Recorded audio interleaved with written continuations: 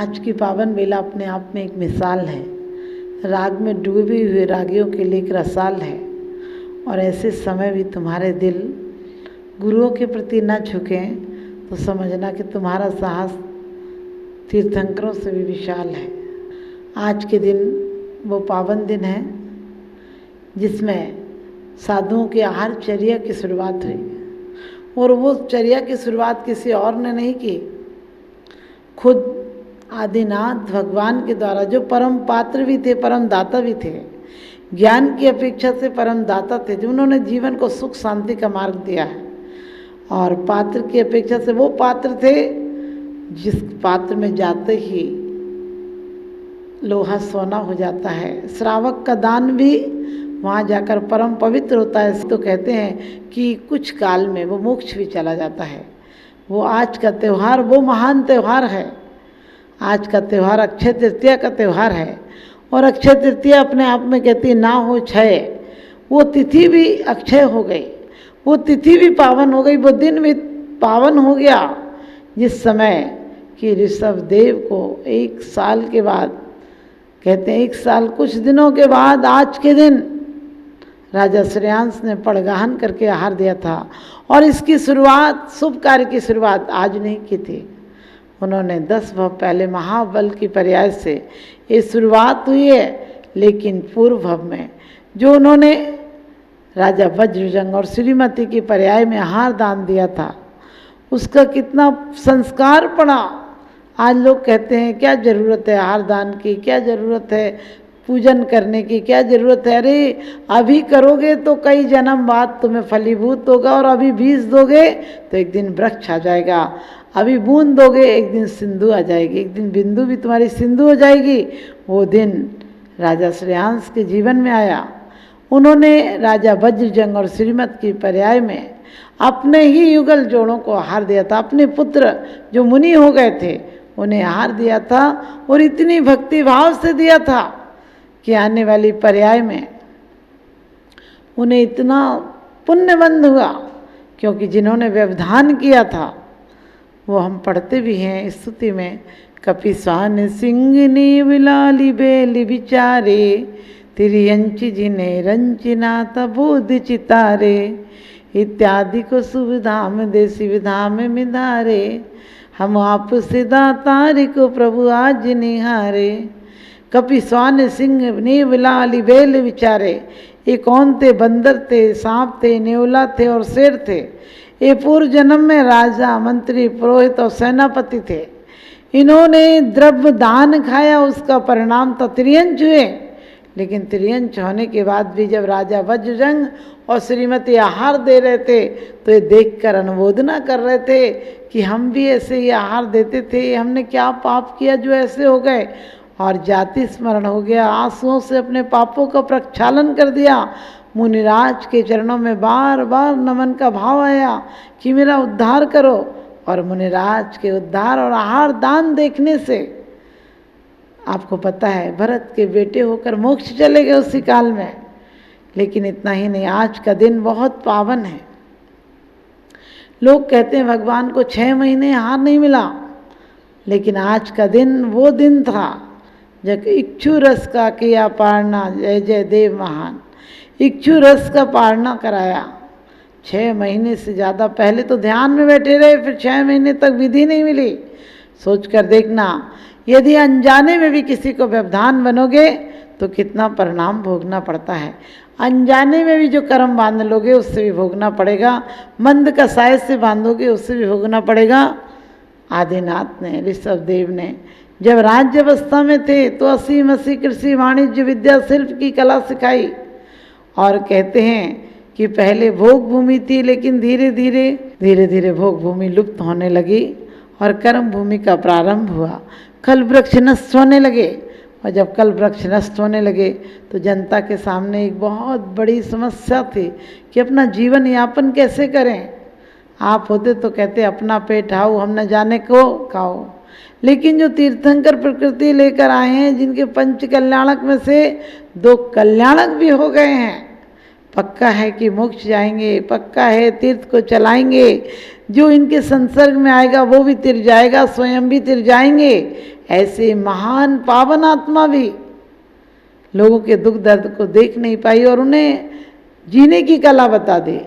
और जीने की कला में एक कला थी कृषि कला। जानवर सब कुछ खा जाते थे और लोग दुखी होने लगे कि हम तो जितनी मेहनत करते हैं, हम जब फसल दाएँ करते हैं यानी दाना निकालते हैं तो जानवर तो सब खा जाते हैं। उन्होंने करुणा भाव से कहा था कि उतनी देर में उसी का लगा देना, मुंह पर जाली बांध देना ताकि जीवों से तुम्हारे अनाज की रक्षा हो जाए, लेकिन उसके बाद खोल देना।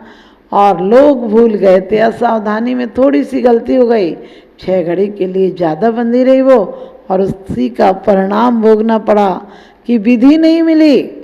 क्योंकि जब पुण्य फलता है तो सारे लोग आ जाते हैं, जब पाप का उदय होता है तो बच्चे को भी माँ सोचती है पेट दर्द हो रहा है और बेटे को पैर दर्द होता है, पैर दर्द होता है माँ सोचती है पेट दर्द हो रहा है। आपके घर में भी कोई व्याधि नहीं समझ पाएगा जब पाप कर्म का उदय रहेगा।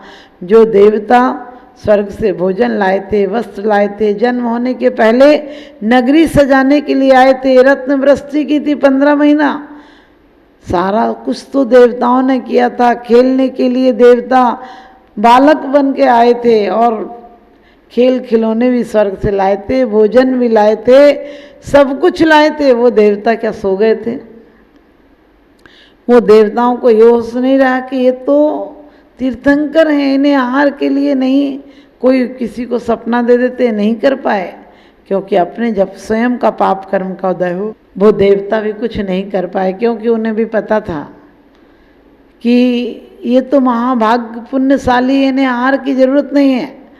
लेकिन जब पड़गाहन करते करते, कोई पड़गाहन विधि नहीं जानता था, मुनिचर्या का ज्ञान नहीं था, लोग अपनी लड़कियां ले आते, राज्य ले आते, फल ले आते, फूल ले आते, कोई मालाएं आभूषण ले आते कि मेरी ले लो, मेरी बेटी ले लो, मेरी बेटी ले लो।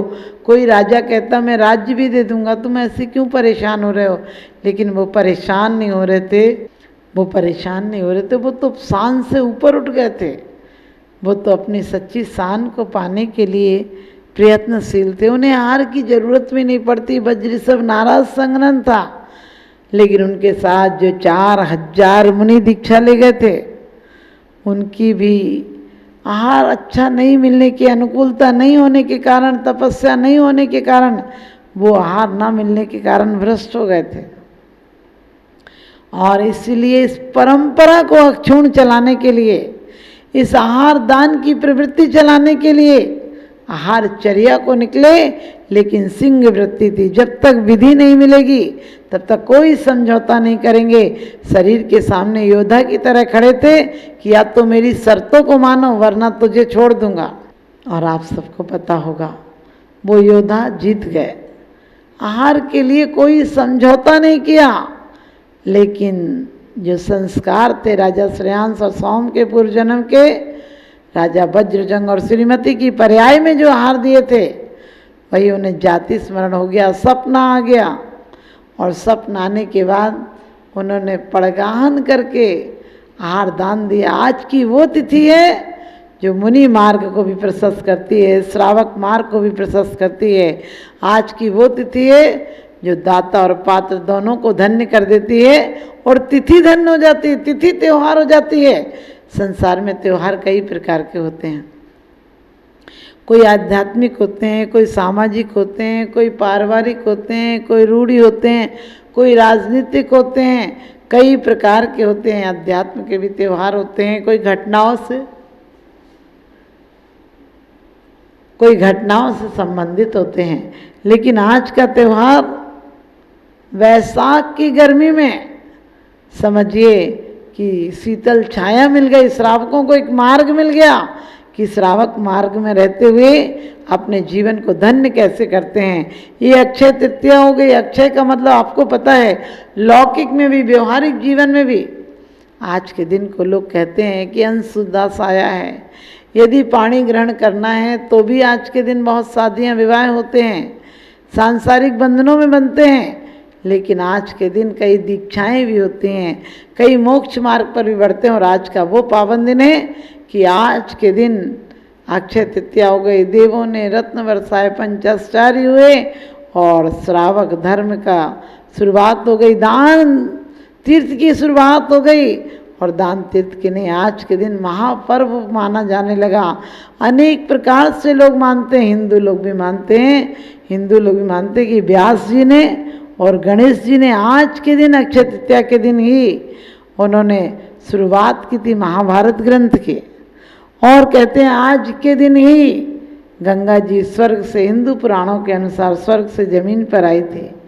आज के दिन ही, अक्षय तृतीया के दिन ही कृष्ण से सुदामा बहुत दिनों बाद आए थे। और आज के दिन ही कृष्ण जी ने उनके घर को अन्य धन से नहीं, पूरा साम्राज्य बना दिया था, उनको साम्राज्य बना दिया था, उन्हें साम्राज्य का मालिक बना दिया था। आज के दिन ही, आज के दिन कृष्ण जी सुदामा से मिले थे और उनके घर में अक्षय भंडार भर दिया था, उन्हें अपने समान बना लिया था।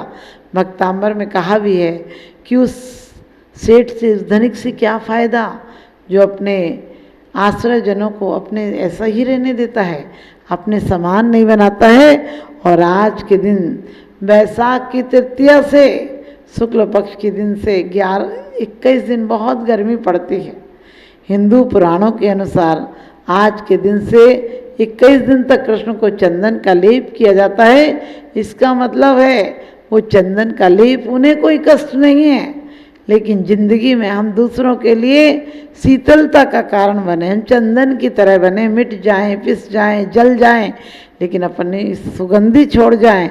तो आज का दिन वो त्योहार है। आज के दिन ही दुर्वासा पांडवों के पास गए थे, ऋषि दुर्वासा पांडवों के पास गए थे और उन्होंने खाने के लिए कुछ मांगा, उन पर नहीं था, जंगल में थे, उन पर कुछ नहीं था। तो द्रौपदी को कहते हैं एक अक्षय कटोरा दिया था कृष्ण जी ने कि उससे चक्रवर्ती का कटक खा जाए, करोड़ों करोड़ों लोग खा जाएं, लेकिन वो कटोरा में कम नहीं होता था। उसका मेन कारण था कि द्रौपदी सबके खाने के बाद जो कुछ भी बचता वो संतोष से, प्रेम से खा लेती थी और उस कटोरा में से सबको प्रेम पूर्वक परोसती थी। आप समझ गए, प्रेम पूर्वक प्रसाद, प्रेम पूर्वक यदि भोजन किया जाए तो वो प्रसाद हो जाता है।